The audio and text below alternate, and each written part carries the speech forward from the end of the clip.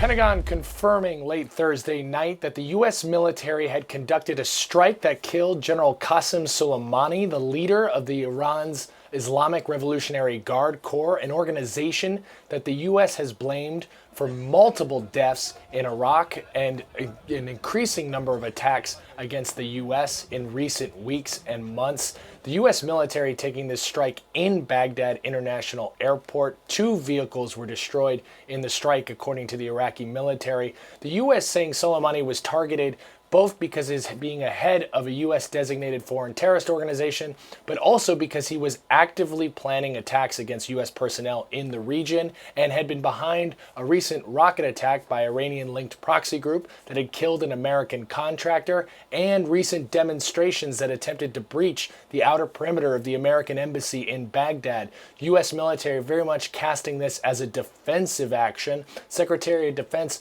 Mark Esper spoke to reporters prior to news of the strike, telling them that the game had changed with regards to Iran and its proxies, and that the U.S. would act preemptively to defend American lives and interests in the region. This strike very much an example of that. Now, the President Trump had already ordered additional U.S. military forces to the region in the wake of the events involving the embassy and the rocket attacks. Some 100 Marines were sent to the embassy. Hundreds of more paratroopers were deployed to Kuwait to respond in the event of a crisis. So those troops could be called in if the situation escalates. Many believe that Iran will likely retaliate for this action, given General Soleimani's stature within the Iranian military. But all will be watching what happens next in this region. But the seriousness of the situation and of this development cannot be understated. Ryan Brown, The Pentagon.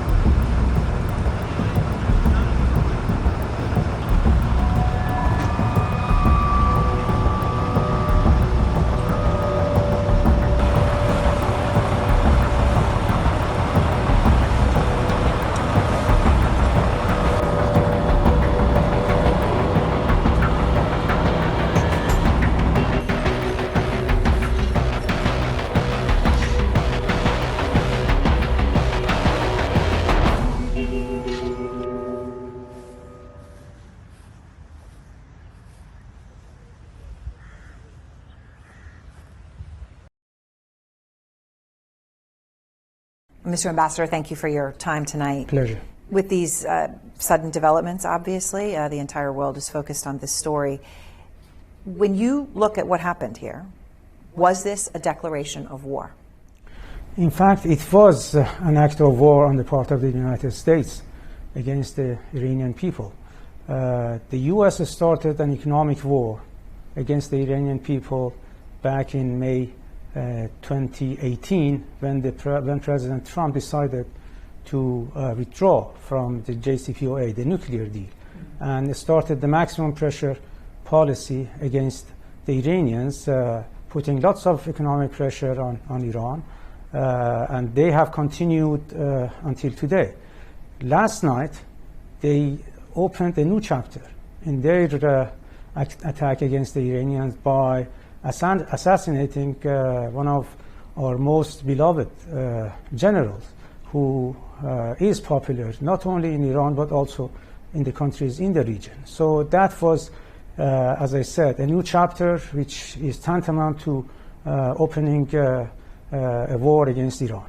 So when you say tantamount to war, an act of war, the words that you used, Ambassador Ravanchi, the Supreme Leader of Iran today said, or vowed severe revenge, and his other words were a harsh retaliation to what he calls the criminals who perpetrated this attack, the Americans.